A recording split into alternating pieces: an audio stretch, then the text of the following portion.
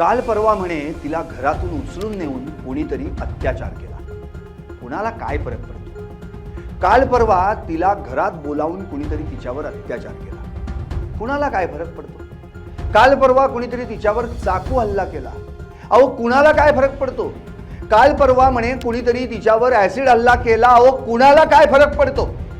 यातलं जे कुणाला काय फरक पडतो हे वाक्य ऐकून काळजात धस्स होतं. तिच्यावर हे असे अमानुष अत्याचार होत असताना खरंच कुणाला काहीच फरक पडत नाही का हो? नमस्कार, मी संदीप चव्हाण आणि आपण पाहताय LS मराठी. आज साऱ्या महाराष्ट्राला पडलेला एकच सवाल, या महाराष्ट्रात आया बहिणींनी पोरी बाळींनी जगायचं की नाही? अलीकडं महिलांवर होणाऱ्या अत्याचाराच्या घटना वाढतच चालल्यात. कुणी ओळखीचा फायदा घेऊन, कुणी आमिष दाखवून, कुणी फूस लावून पळवून नेऊन, तर कुणी राजरोसपणे घरातून उचलून नेऊन तिच्यावर अत्याचार केला जातो.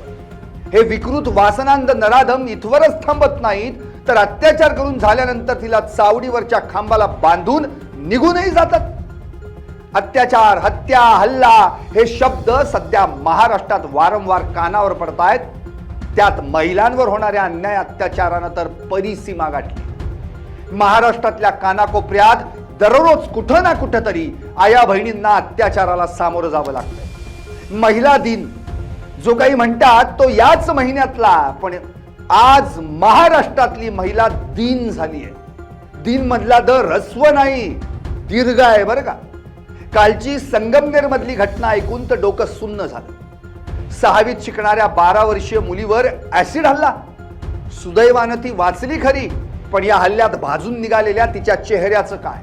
त्या ऍसिड अंगावर पडल्यानंतर तिला झालेल्या त्या वेदनांचं काय? आज उद्या ती हॉस्पिटलमधून बरी होऊन घरीही येईल.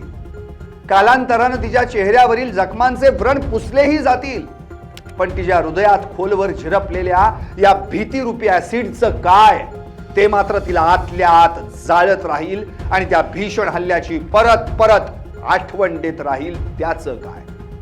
आज ना उद्या त्या नराधमाला अटक होईल हो, पण हा हल्ला प्रत्यक्ष झेलणारी तिचं काय?